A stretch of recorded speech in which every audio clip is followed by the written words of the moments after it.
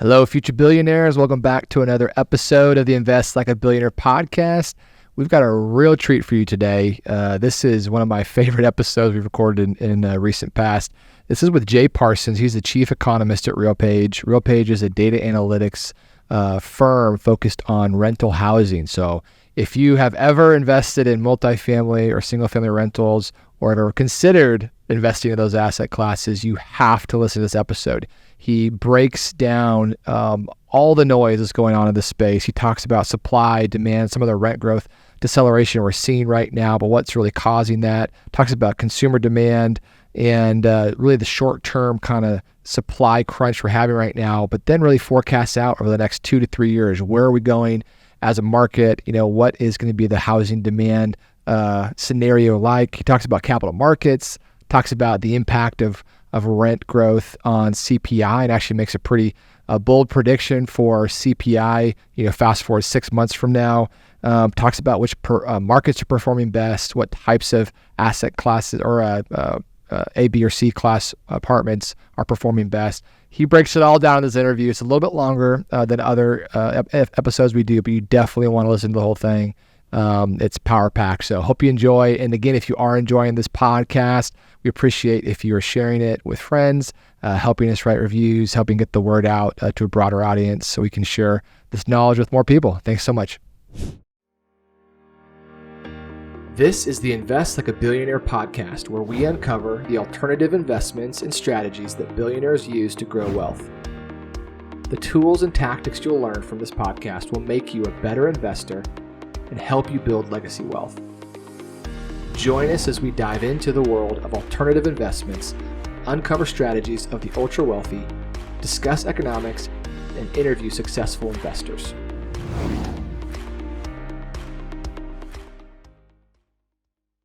Looking for passive investments done for you? With Aspen Funds, we help accredited investors that are looking for higher yields and diversification from the stock market. As a passive investor, we do all the work for you, making sure your money is working hard for you in alternative investments. In fact, our team invests alongside you in every deal, so our interests are aligned. We focus on macro-driven alternative investments, so your portfolio is best positioned for this economic environment. Get started and download your free economic report today. Welcome back to another episode of the Invest Like a Billionaire podcast. I am your host, Ben Frazier, and very excited for our conversation with our guest, Jay Parsons. Jay, if you're not familiar with him, he is the chief economist at RealPage, and RealPage is an incredible resource for investors and owners of multifamily and rental housing.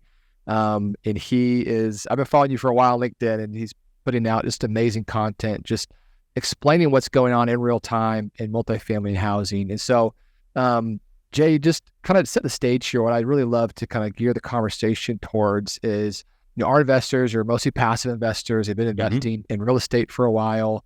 And, multifamily has been this big behemoth. It's, one of the biggest real estate asset classes, and was very popular over the past several years for investment. But there's a lot of things that are kind of creating headwinds, concerns. People are getting capital calls. There's maturing debt that's creating a lot of pressure.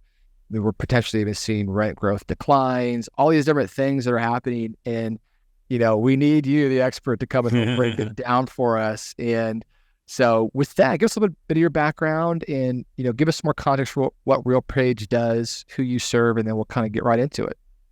Sure. So I joined RealPage back in 2009. It's right in the middle of a crazy period, obviously, in the economy. And like a lot of people, I didn't grow up thinking, man, it'd be fun to work in rental housing.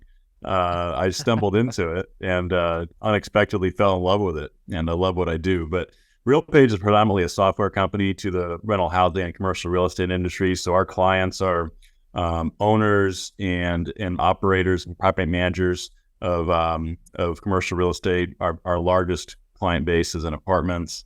And in my role, then that is heading up our economics and industry principles team. So I'm not a software guy, but I get all the data that flows through our systems. You're kind of like ADP with payroll data, getting to see things kind of in more real time. And we're the same way. We're able to, through all these products that we offer, we're able to consume a lot of data on what's really happening in the sector. So it makes my job a lot of fun. That's awesome. Yeah, that's great. I'm a little bit of a data geek too. So I've been going through all your posts recently, and just I have a list here of about 50 questions. So I'm sure I'll get all to them, but I'm very, very excited.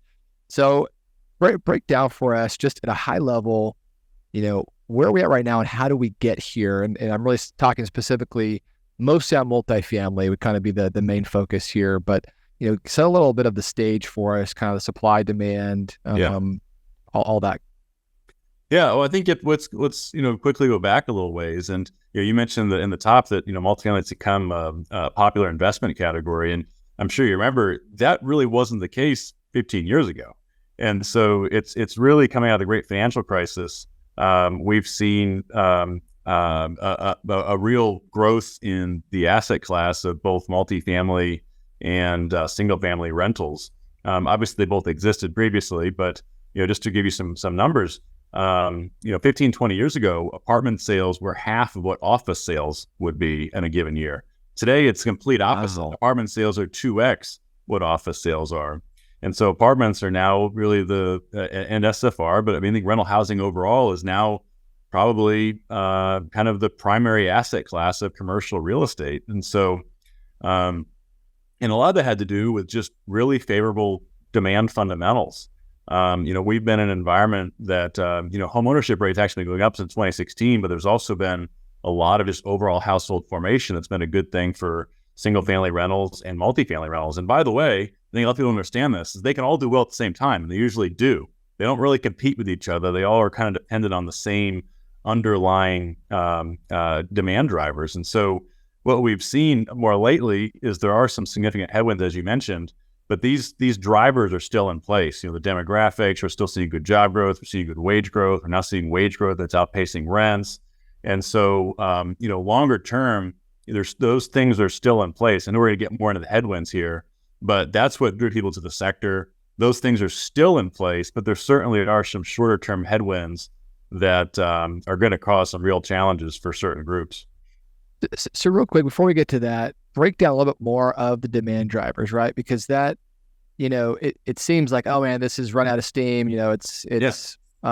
We've had a great run, but now, we're seeing rent growth decline, so we're oversupplied and we have negative population growth and all the kind of easy headline narratives, right? Yeah. Yeah. My favorite one's the last thing you mentioned, the population growth. And, the Twitter sphere loves this one where they'll point out, the housing doomsday people will try to point out that, hey, because population's slowing, or in some cases it could be declining in certain markets, therefore we have oversupply of housing. And I always point out back to these people, it's like, okay, wait a minute, like, do you think your children are going to want to live in the same homes in the same cities that your grandparents and great-grandparents lived in? Absolutely not. And so where you tend to see the most investment in housing tends to be in growth markets. And I don't like to pick on certain spots. So everybody can imagine their minds. There's certain places you probably don't want to invest a lot into housing. There's other places you can safely bet are still going to be seeing population growth, household formation, in-migration, job growth, and whatnot. And so I think it's just, some common sense. Just be smart about where you're putting the money. Well, I think it's a great point, right? Because if you're saying population growth as a nation, right, and we're actually probably leading the way globally from a population, growth standpoint, even though it's not amazing, but it's really local to the market, right? So population growth, not just on an average basis, but on what's that particular market doing. So we could theoretically have, no population growth as a nation, but there could be parts of the country that have positive population growth, but it's a net, right? So there's, right. To your point, the real estate is local, and understanding the local market is probably the biggest driver of understanding demand. Absolutely. And that's the biggest factor to consider is there's markets that are still growing. And, I'm sure we'll get more into this, but even the markets that are very high supplied right now, these are high demand markets as well. And so, long-term that demand's going to be there. I don't think that all of a sudden, Austin, which is struggling right now, it's not like Austin is going to stop growing. It's still going to grow. Right. It's just going to have some growing pains along the way. Sure. Okay, well, let's get into some of the headwinds right now. So this is what all the headlines are saying, right? All the doomsdayers, and and we do have some real headwinds. So I want to make light of it, but right. Break down what are some of these headwinds. Yeah, well, so there's a couple different things. The number one factor is supply, And supply is a tough issue because on the one side, we need more housing. And I'm a big advocate for that. Anybody who follows my posts knows that I'm a big fan of supply, supply, supply, build, build, build. And I think in the long term, it's a win for everybody. It's more investable dollars into the space. We're encouraging more supply, which is a good thing for affordability. In the long term, what you want is some balance here. And we've gone through a period where we were undersupplied, which led to crazy high, unsustainable rent growth. And now that resulted in the highest supply volumes that we've seen in 50 years. I mean, we're building more than 1 million apartments right now across the country, the most in 50 years. And so what's happening is that while we're still seeing good demand, rent growth is really pulling back. It's basically flat right now year over year, and it's already negative in a good part of the country. So that's a real significant headwind on the operational side, and we could get more into the ins and outs of that. But supply, I don't like the word oversupply because it implies something more structural and long term, but there is very much a short term supply demand imbalance. Now, with supply, though, supply is the easiest thing to forecast. We know starts are going down because of the cost of financing and whatnot, and the fact there's so much supply right now, there's less dollars going into that space. So by the time you get 25 and 26, there's a lot less supply. So we know that headwind is a short-term one.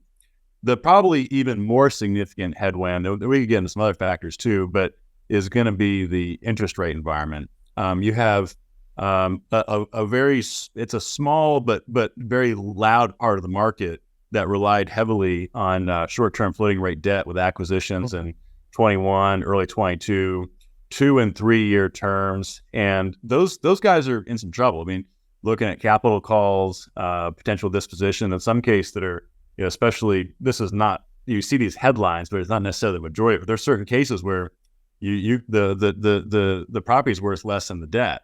So that stuff's going to make a lot of noise, but it's not the bulk of the market. But for those who are in it, it's going to be painful. I do have a sense of how much of the market is made up by that. I know, what you're referring to is mostly kind of these short-term bridge debt facilities that were very highly leveraged, sometimes 80 to 90% on acquisition. And you're buying, if you're in the Sun Belt, 3 and 4 cap deals, very aggressive growth plans. And, we're not seeing the rent growth we saw the past couple of years. And with the interest rate increases, almost double maybe what the acquisition, a lot of squeezing on the margins. Yeah. It's it is tough to know exactly how big that is, but I'll tell you, it's we know that the bulk of the market, and I think for those who are listening to this, you may or may not know that half the debt market in multifamily is agency debt, Fannie Mae, Freddie Mac, as well as some through HUD. And then the banks, they make a lot of news now. They don't really do these types of loans for the most part. They're more probably exposed to the construction loan side, but on their stabilized assets, they're generally longer term. Life insurance companies, same thing. And that takes you to the smaller, there's $2 trillion multifamily debt in our country. And there's about 4% of it that's commercial mortgage-backed securities or debt funds, CDOs, things like that. That's where you see these more risky, high leverage situations. And so you're really looking at, and even that, but it's obviously not all 4%, but even if you assumed all of that was at risk, it's still a pretty small share. Now, there's risk elsewhere in the pie too, don't get me wrong, but the most elevated risk is a pretty narrow piece of the pie. Right. What else? What other headwinds are we facing here? Well, those are the two primary ones. I think that, I'll tell you on the bigger risk, of course, is what's happening with the economy. I mean, we continue to see, I think all of us kind of snickered at the soft landing idea a year ago, but so far that's kind of playing out. And so we've seen a lot of economists that are revising their outlooks and pushing out recession forecasts and whatnot. But that's still a real fear. Like if potentially the Fed pushes too hard on rates, or if jobs start to suddenly disappear, if wage growth disappears, those are real potential headwinds. So they're not in place now. But I mean, if we do get into an environment where the economy is contracting, jobs are contracting at the same time we're seeing record supply, that's when the outlook's going to look a lot more challenging. So that's a, I'm more a glass half full by nature, but I'm also realistic enough to also recognize that, hey, there's still a possibility that could happen over these next 18 months. The supply is peaking. So that's the other potential big headwind to really be mindful of.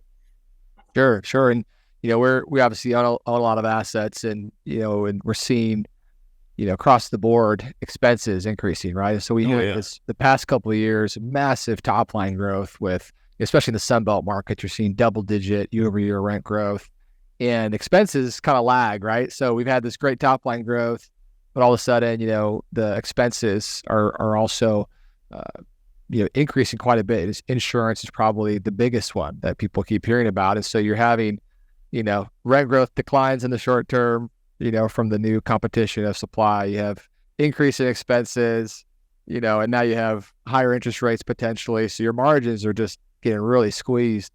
But, let's go back to the supply here, because I saw a chart you posted the other day, which was just really insightful. And I think, again, this is where when you look at just averages across the board, the information can be misleading because it's so, market specific when you're talking about rent growth decline.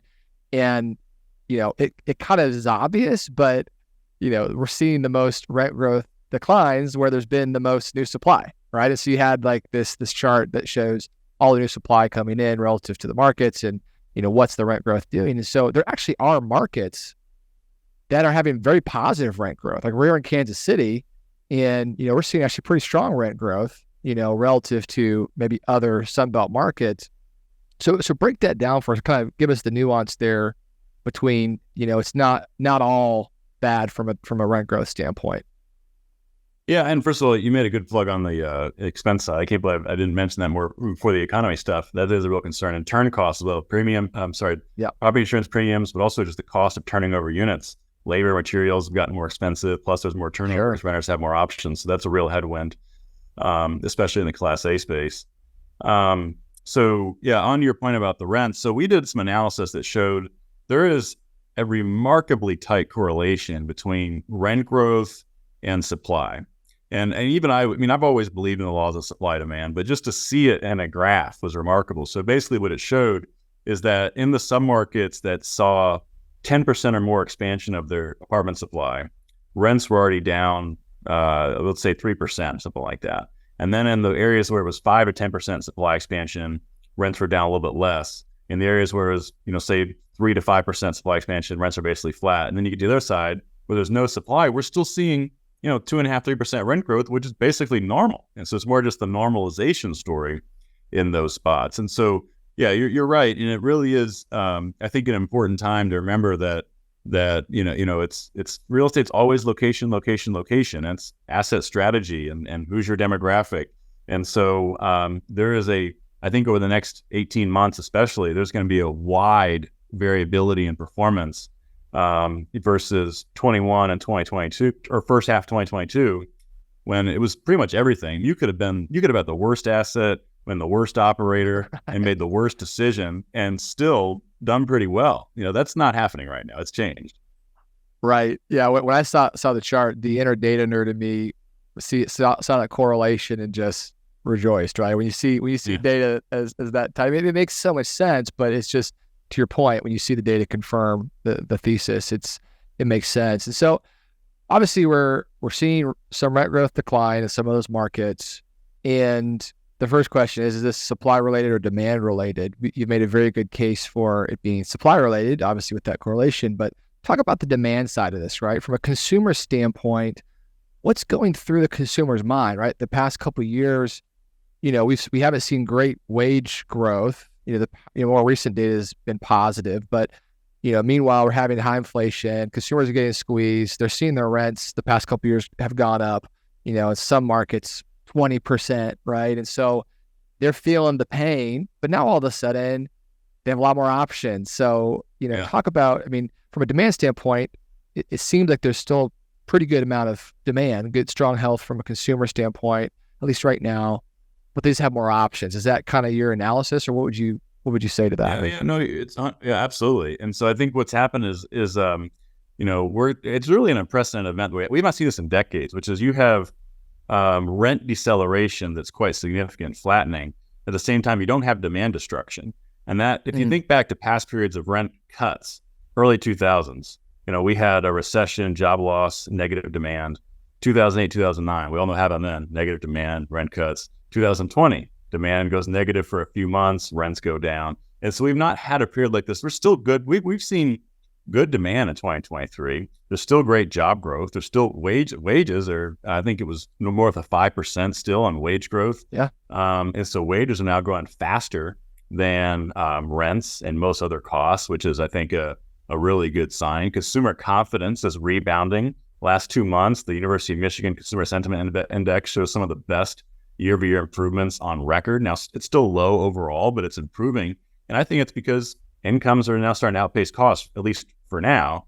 Now, again, as I said earlier, still some risks there. But I think all of that being said, that's allowing for more demand to hit.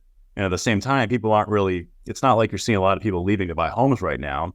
High mortgage rates, high home prices, that doesn't create more renters, but it does kind of limit the backdoor exits to home ownership. And so that's, even if you have, and so that's protecting some of the kind of the overall occupancy as well. So, occupancy rates explain that a little bit more, because that's not as intuitive as some might think. So, because my first thought would be, hey, well, we have very prohibitive entry points into home ownership right now because we haven't seen a big drop off in values, at least in most markets.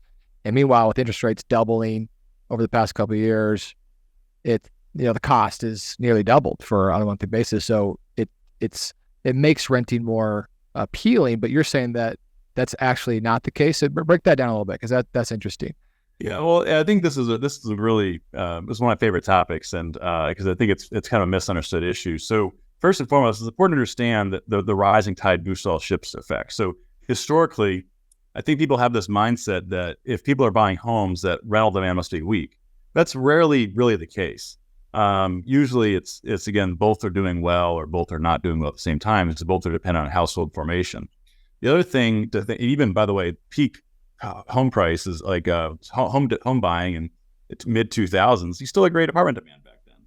So and the same thing in 2021. So that's part of it. Now, as it relates to the current market, what we're seeing is that, well, just think about who's buying a house. Typically, it's not somebody who comes out of college and is going to go buy a house. It's not somebody who's leaving mom and dad's house and going to buy a house. Typically, your home buyer is already a renter. And so I see this even in news articles. It's like, well, because of how price to home purchase, people are choosing the rent instead. No, they're just renting long. They're already renters. They didn't just come out of nowhere and said, hey, which route do we go? Let's choose renting because it's cheaper.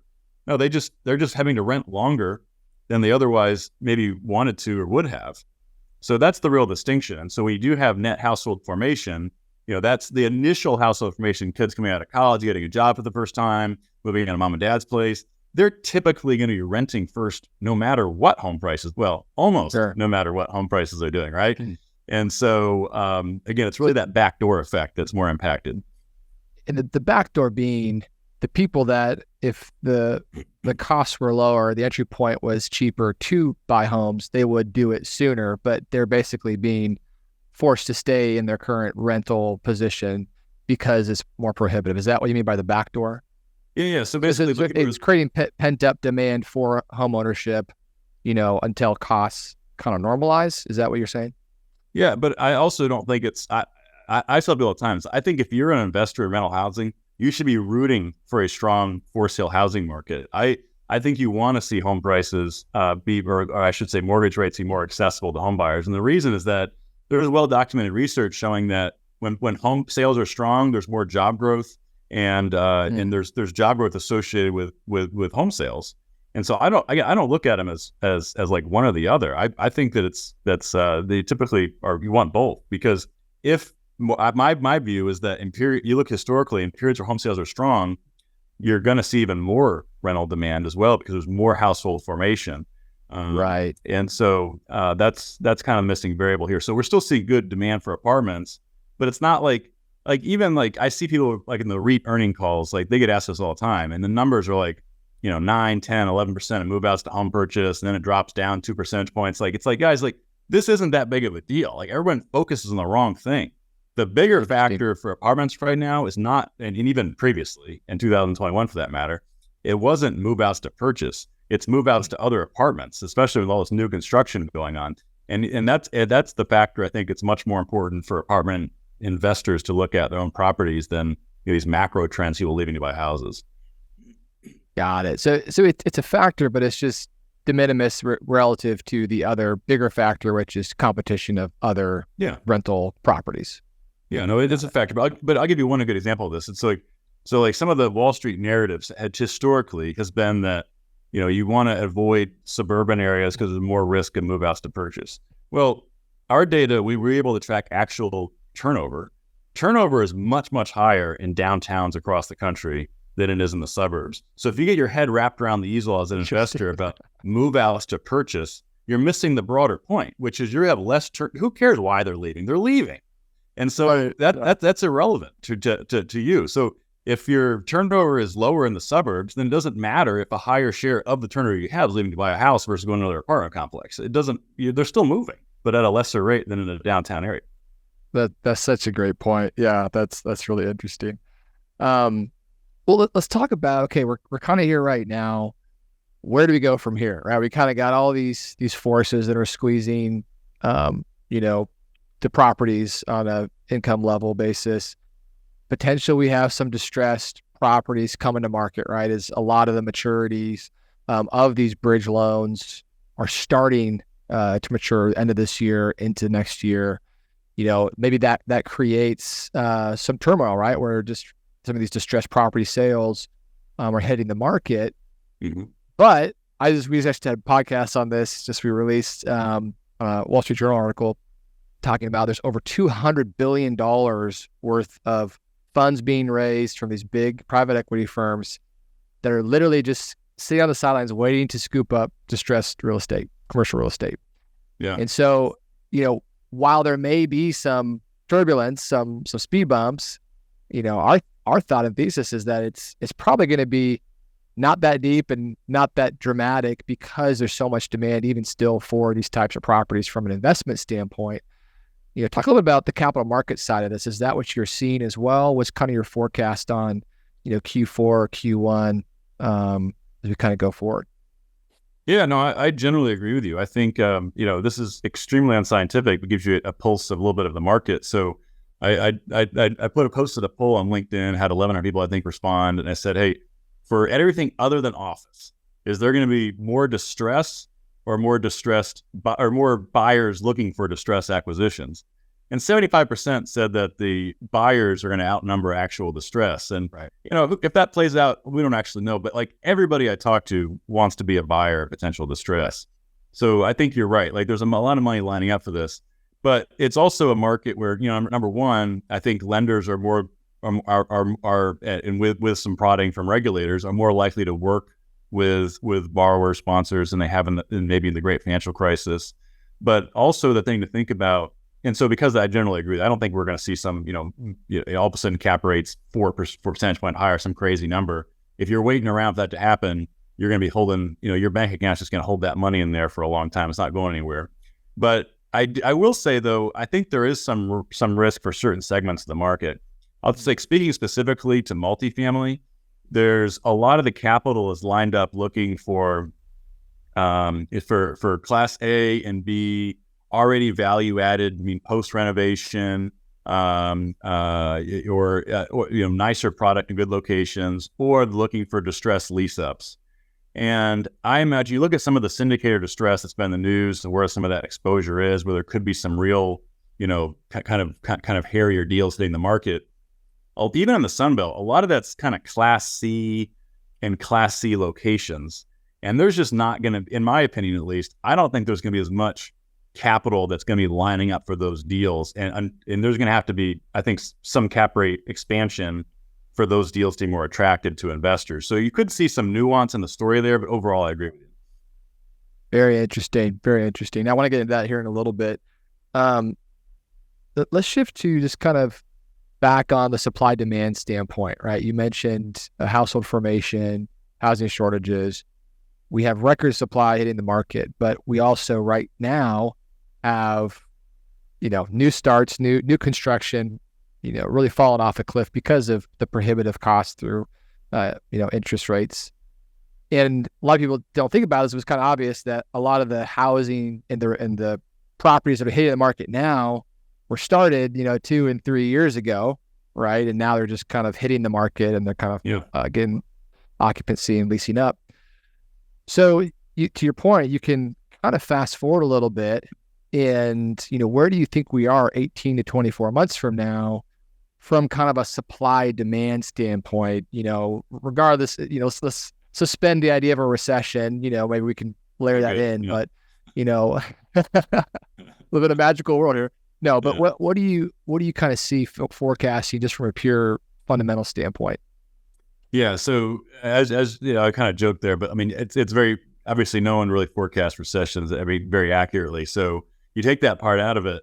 Supply is the easiest thing to forecast because, as you said, you're really just looking at starts and you're looking them out, 18, 24, 30 months.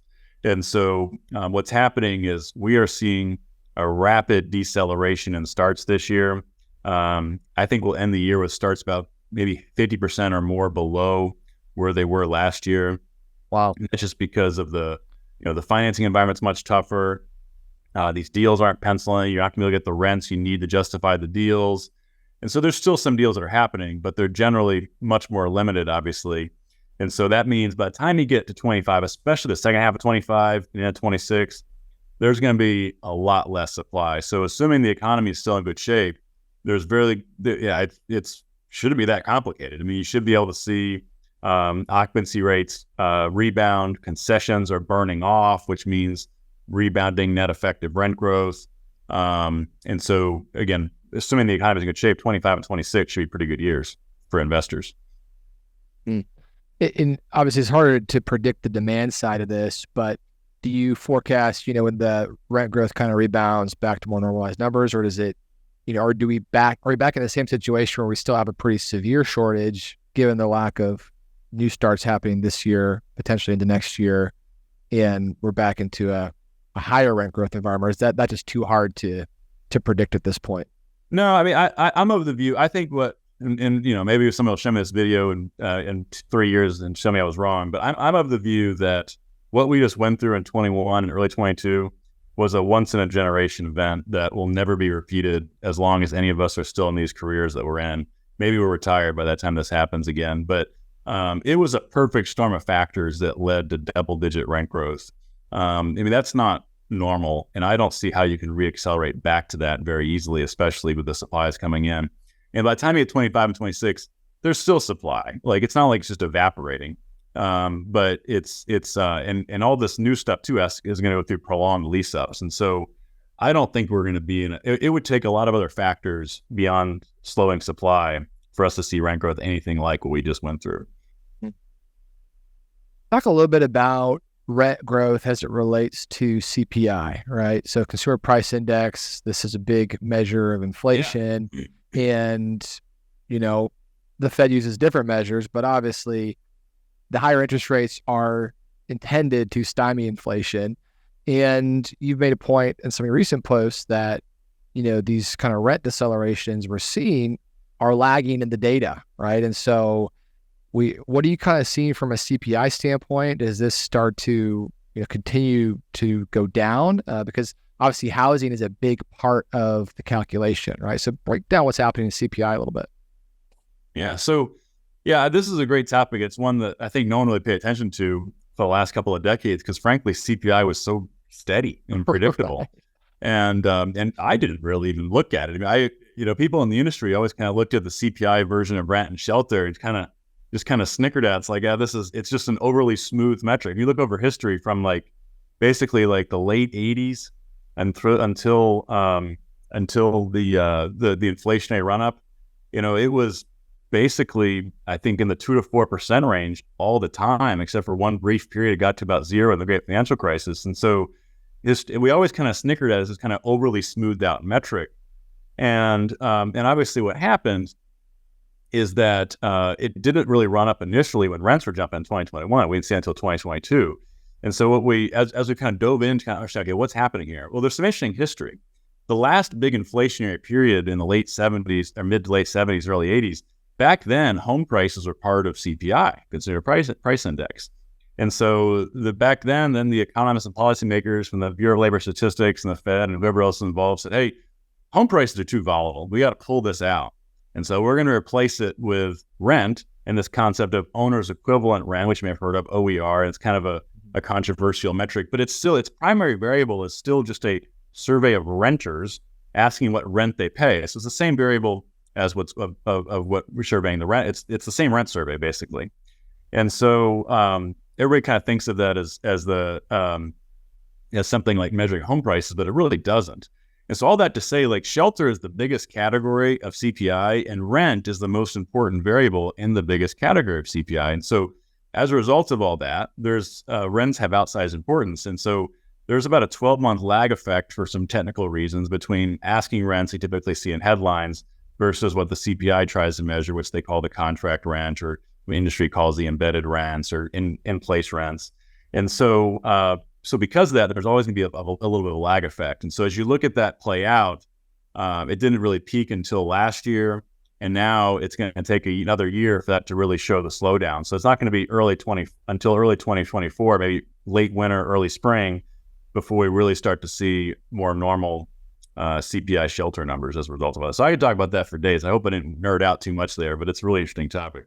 No, I think it's a very important topic because it's something that is, inflation is this big sticking point, but we are seeing a deceleration. And so when that starts to show up, that really impacts Fed policy. So do you see, I mean, obviously it's no one can predict what's in the mind of Jerome Powell at all, but what's kind of your thought of, does this start to relieve some pressure from, just inflation that we're seeing and potentially make a good case for, actually dropping rates? Well, yeah, I mean, my expertise is very much on the rent side, not overall fiscal policy. So I certainly don't fancy myself as being as smart as Jay Powell there. But I will tell you that I think a lot of people, they see the headline inflation numbers, and then obviously a lot of the economists know this, and some of the nerds who really dive into the CPI. But in this last month, 90% of CPI inflation was driven by shelter. So you take out shelter, and year-over-year inflation's been basically flat these last 2 months. Which really tells you that, the things that you could really impact more readily, those things have already been impacted. Now, who knows what happens going forward, but right now they've been impacted. Rents, again, shelter, you can't impact it right away in real time. It's a 12-month lag, but the leading data, the asking rents, the leading indicators show us that's being impacted as well.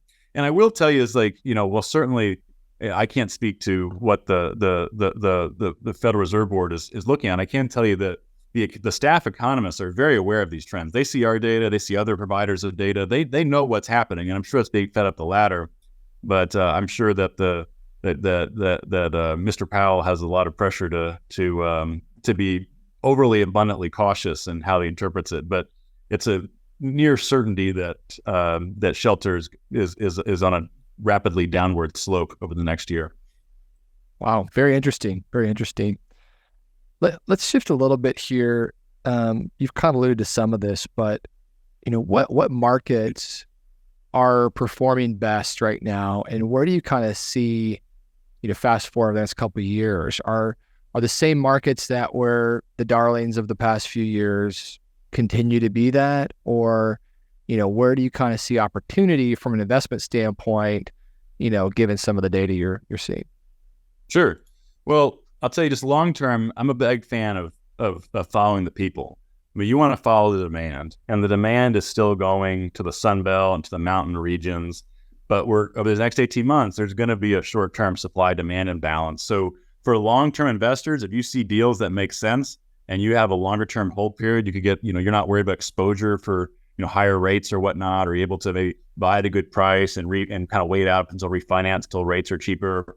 Those deals, I think, still make a lot of sense. There's investor demand for those. Those are now the large Sunbelt markets, now the most liquid in the country. And the demand's still coming. Like, those demand drivers are not going away in most of these key Sunbelt markets. Now, short term, what we're seeing is these lower supplied markets are in much better shape. So that's primarily the Midwest, the Northeast. The only market in the South region of the country that's really seeing much strength right now is Virginia Beach, where there's really no supply, but also has not been as much job growth in the last few years. But and those are good markets, I think, for especially long-term holders. There's those markets a little bit less liquid historically, but I think they're going to be of more appeal just because they're a little more slow and steady. There's some, kind of, if you're in favor of the tortoise over the hare kind of philosophy, like those are markets where you could get a little more value. but they're also just not going to be the high growth markets of the future either. Right.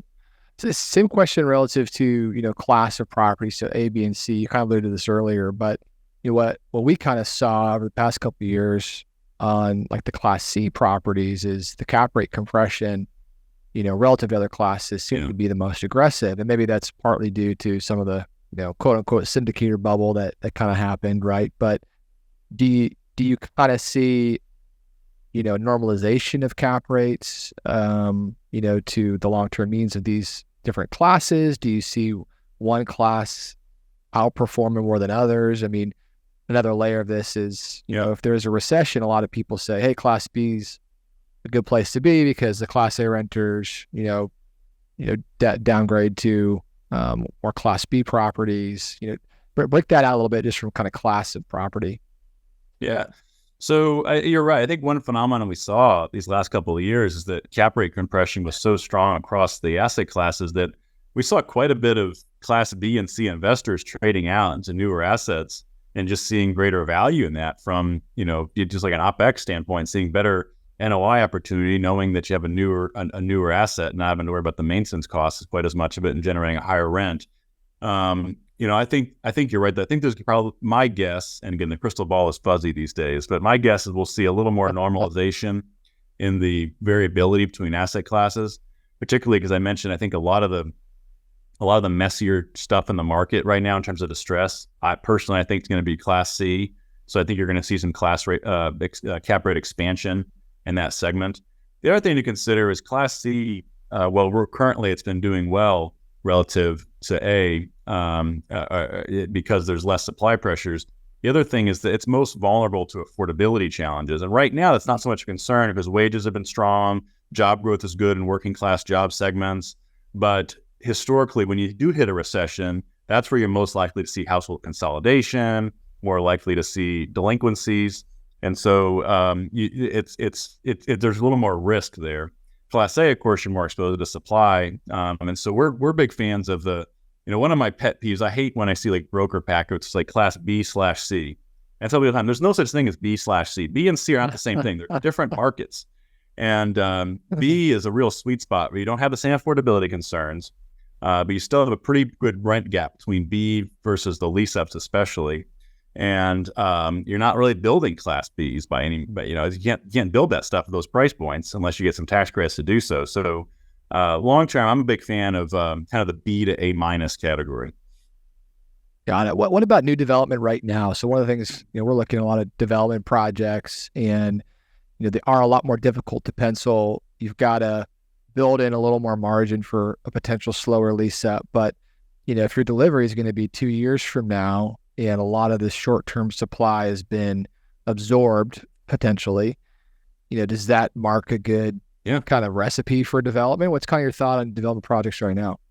Yeah, well, I'll tell you, I think pretty much every developer in the country right now is trying to raise capital off of this thesis. So there's going to be less supply in 25 and 26, and now's the time to go. And but not everyone's successful at that strategy, and it's only certain groups that are going to be able to make this work, which is why supply will indeed still be limited in 25 and 26. But the thesis is very sound. I think especially if you're able to target locations where A, you have a good cost basis, or two, you're not directly competing with a lot of properties that are flooded with supply in this cycle and maybe still having prolonged lease ups in that period of time. So I think for the right assets and the right strategies, that can really pay off nicely in the next couple of years if you can actually get a deal done. One other kind of piece of this, so obviously a big driver to your point is the rising tide lifts all boats from a demand standpoint, and one of the biggest drivers of housing demand is household formation. Yeah. We've seen that kind of been happening later on. What are you kind of seeing as far as kind of going forward? Even you posted something on Gen Z the other day, just how as a percent of their income, they're paying more for housing than any other generation. And there's some other nuanced factors there, but how does kind of lifestyle, culture of different generations impact some of this future of demand if you kind of zoom out even beyond just the 2 to 3 year period, but kind of 5+ years as kind of different generations are moving into housing? Yeah. So a couple thoughts there. I think number one is that everyone's, I think, pretty much well aware at this point that, we've had declining birth rates, the population growth is slowing.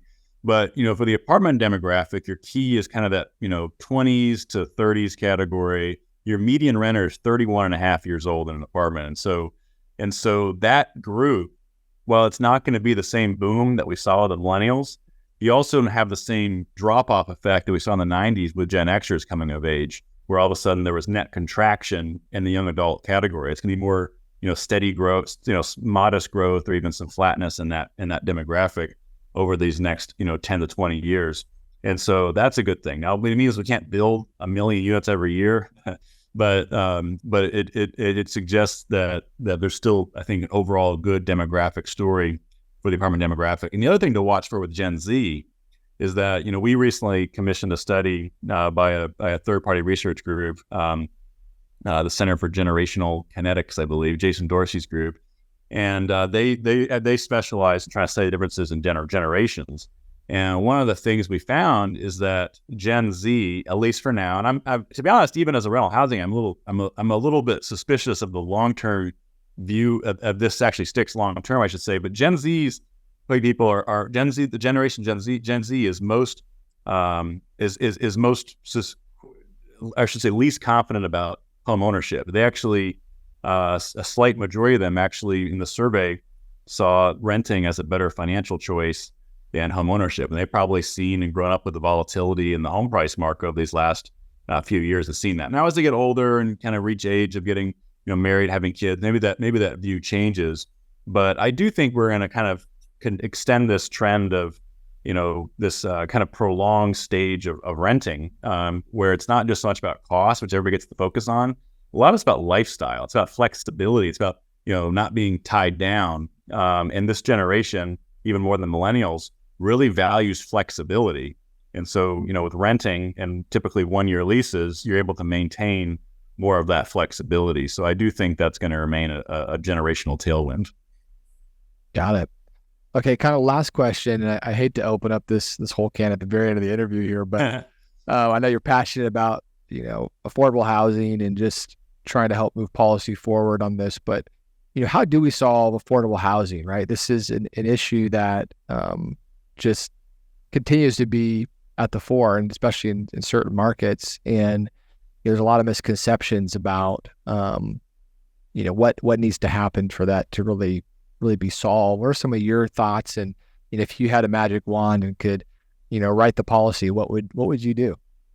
Well, thank you for that question. Yeah, it's an important one. And one thing that I've, kind of become educated on over these last few years, starting to realize that, even if you're an investor watching this and you have no interest in investing in affordable housing directly, you still have a vested interest, as any housing investor should have, in affordable housing success in our country. And the reason is very simple. Number one, it's the right thing to do. People need housing. But number two is if you have enough affordable housing, it takes pressure off of the market rate segment of the market.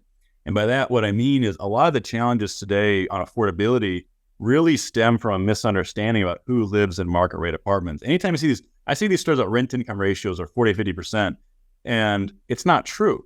But what's happening is people are taking government data and incomes and say, hey, the income of the population is only this in this market, rents are that, therefore they can't afford rents.